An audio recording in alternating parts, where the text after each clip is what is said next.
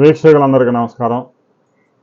ఆంధ్రప్రదేశ్లో diesel petrol కొరతకి కారణాన్ని జగన్కి చెవి ముక్కుగా పనిచేసిన మిల్లెట్ రెడ్డి కనిపెట్టాడు. అసలు మేధావులు కూడా అసలు కనిపెట్టలేకపోయారు ఆంధ్రప్రదేశ్లో డీజిల్ పెట్రోల్ కొరత ఎందుకు ఏర్పడింది అనే విషయాన్ని. సరే, తెలంగాణలో కూడా కొన్ని ప్రాంతాల్లో కొరత ఉంది, ఆ విషయాన్ని మాత్రం ఆయన ఎక్కడ ప్రస్తావించలేదు.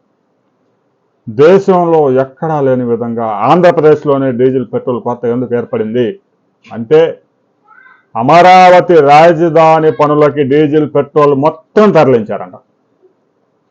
కామన్ సెన్స్ అసలు ఏమాత్రం ఉందా? ఆంధ్రప్రదేశ్ మొత్తం మీద వాడుతున్న డీజిల్ పెట్రోల్ ఎంత? అమరావతిలో పనిచేస్తున్న యంత్రాలు ఎన్ని? అంటే చెప్పేది ఏదైనా చెప్తే గొర్రెలు ఉన్నాయి కదా వింటాయని చెప్తే లెక్కలు కూడా పక్కాగా ఉంటాయి. అయితే 2 రోజుల పాటు ఆంధ్రప్రదేశ్లో జనాలంతా ప్యానిక్కి గురై, వెస్ట్ బెంగాల్లో సెకండ్ ఫేజ్ ఎన్నికలు అయిపోగానే అర్ధరాత్రి నుంచే పెట్రోల్ మీద 35 రూపాయలు, డీజిల్ మీద 20 రూపాయలు పెంచుతారు అంటూ సోషల్ మీడియాలో వస్తున్న ప్రచారాన్ని నమ్మి ఓ తాత వాట్సాప్లో పెట్టిన ఆ మెసేజ్ని గుడ్డిగా నమ్మి గుంపులుగా పెట్రోల్ బంకుల మీద దాడులు చేశారు. చివరికి ఇంట్లో ఉన్న థమ్సప్ బాటిల్ కూడా తీసుకుపోయి పెట్రోల్ కొట్టేస్తా ఉన్నారు. ఒకడైతే ఏకంగా బకెట్ తీసుకుంటున్నాడు. ఎంత ప్రమాదం! ఏప్రిల్ మాసంలో అమ్మాల్సిన డీజిల్ పెట్రోల్ కన్నా కూడా ఇప్పటికే 15% అధికంగా అమ్మాము అనేది పెట్రోల్ బంకులలో చెప్తా ఉన్నారు. ఇక అధికారులు కూడా ఈ యొక్క సమస్యను ముందే గుర్తించలేకపోయారు. కేంద్ర ప్రభుత్వం అయితే అలర్ట్ చేసింది. 23వ తేదీ స్పష్టమైన ప్రకటన చేసింది కేంద్ర పెట్రోలియం శాఖ కార్యదర్శి. ఎన్నికలు అయిపోయిన తర్వాత కూడా పెట్రోల్ డీజిల్ ధరలు పెంచే ఆలోచన మాకు లేదు అని ప్రకటించింది. ఎన్నికలు ఈ రోజుతో అయిపోతాయి. సహజంగా అయితే ఈరోజు అర్ధరాత్రి నుంచి పెంచాలి. పెంచే ఆలోచన లేదని కేంద్ర ప్రభుత్వం ప్రకటించింది. 4 సంవత్సరాల నుంచి పెట్రోల్ డీజిల్ ₹1 కూడా పెంచలేదు. ఏదో ఇండస్ట్రియల్ యూజ్ వాడే డీజిల్, పవర్ పెట్రోలు ఇలాంటి వాటిని మాత్రమే పెంచాము. సామాన్యులు వాడుకునే పెట్రోల్ డీజిల్ ఎక్కడ ₹1 కూడా 4 సంవత్సరాల నుంచి 1 పైసా కూడా మార్చలేదు. వెస్ట్ బెంగాల్ ఎన్నికలు, తమిళనాడు ఎన్నికలు, కేరళ ఎన్నికలు, అస్సాం ఎన్నికలు, పాండిచేరి ఎన్నికలు, అన్ని ఎన్నికలు అయిపోయిన తర్వాత కూడా మేము పెట్రోల్ డీజిల్ ధరలు పెంచాం అనే విషయాన్ని స్పష్టం చేసింది. రాష్ట్ర ప్రభుత్వం కూడా ప్రజల్ని అప్రమత్తం చేయాలిగా. ఆందోళన చెందాల్సిన అవసరం లేదు, పెట్రోల్ డీజిల్ ధరలు పెరగవు అని చెప్పాల్సిన అధికారులు ఒక్కళ్ళు కూడా తెర మీదకి రాలేదు.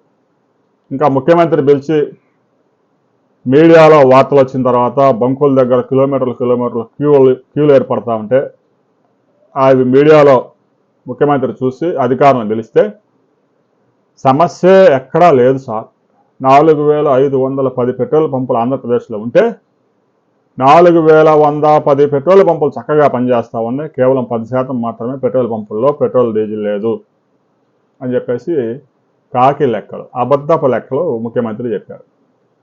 అక్కడ పనిచేస్తుంది 10% మాత్రమే పెట్రోల్ పంపులు, కానీ 90% స్టాక్ లేదు. 2 రోజుల పాటు జనాలు విడిగా రోజు ₹100 పెట్రోల్ కొట్టించేవాడు కూడా ఫుల్ ట్యాంక్ 500, దీంతో బంకులన్నీ ఖాళీ అయిపోతా ఉన్నాయి. ట్యాంకర్ వచ్చిన 2 గంటల్లోనే ఖాళీ అయిపోతాం.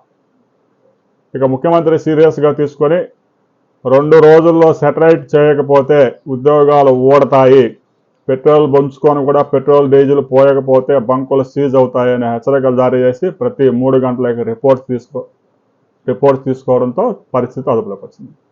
అంటే ముఖ్యమంత్రి చంద్రబాబు నాయుడు రంగంలోకి దిగితే తప్ప సీరియస్గా పనిచేసే అధికారే లేడు, ముఖ్యమంత్రిని మోసం చేస్తూ ఉన్నారు అనే విషయం స్పష్టమైపోయింది. అమరావతిలో వాడే డీజిల్ ఏంది? Direct sale diesel. ఈ విషయం మిల్లెట్ రెడ్డికి తెలీదా? నేరుగా ఆయిల్ కంపెనీల నుంచి ట్యాంకర్ల ద్వారా అమరావతి రాజధానిలో పనిచేసే కాంట్రాక్టర్లు వాళ్ళకి కావాల్సిన డీజిల్ తెచ్చుకుంటా ఉన్నారు. బంకుల్లో డీజిల్ వాళ్ళకి ఏ మూలకు చాలదు. అతి భారీ యంత్రాలు రోజుకి 500 లీటర్లు 1000 లీటర్లు లాగే క్రెయిన్లు, మిషన్లు అక్కడ పనిచేస్తా ఉన్నాయి. 5,000 మిషన్లు పనిచేస్తా ఉన్నాయి. బంకుల్లో డీజిల్ వాళ్ళకేం సరిపోద్ది? డైరెక్ట్ కంపెనీ నుంచి కొనుగోలు చేసుకుంటా ఉన్నారు. లీటర్ ₹152.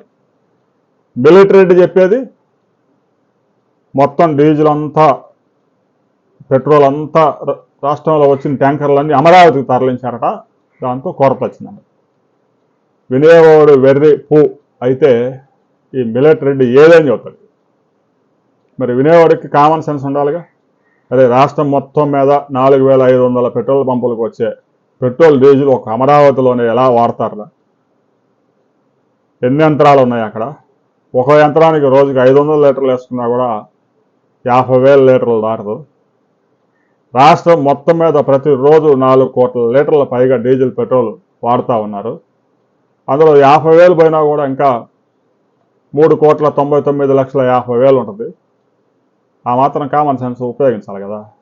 వాడు వచ్చాడు చెప్పాడు మిలిటరీ వీళ్ళంతా ఇంకా అవును అమరావతి రాజధానికి డీజిల్ పెట్రోల్ అంతా వేసుకుపోయారు కాబట్టి రాష్ట్రం అంతా కొరత వచ్చింది.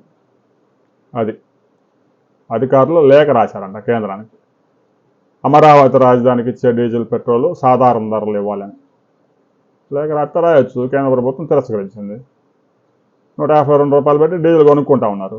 డైరెక్ట్ సేల్ అది బంకుల్లో పోసేది కాదు, నేరుగా కంపెనీ నుంచి ఒక ట్యాంకర్ తెచ్చుకొని వాళ్ళు వాడుకుంటారు. ఆ మాత్రం కూడా కామన్ సెన్స్ లేకుండా లటా వచ్చి ఇక జనంలో తీవ్రమైన వ్యతిరేకత వచ్చింది, దాన్ని క్యాచ్ చేసుకుందామని బయలుదేరారు.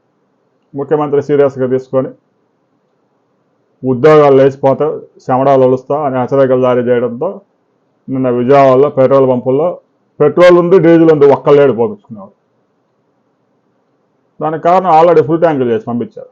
ఒక్కొక్క బండికి ఫుల్ ట్యాంక్ చేస్తే 4 రోజులు 5 రోజుల దాకా మళ్ళీ పెట్రోల్ బంకులోకి వచ్చే అవకాశం లేదు. బంకుల్లో జనం లేరు. బంకుల్లో జనం లేకపోతే డీజిల్ పెట్రోల్ లేదనుకుంటున్నారు కొంతమంది.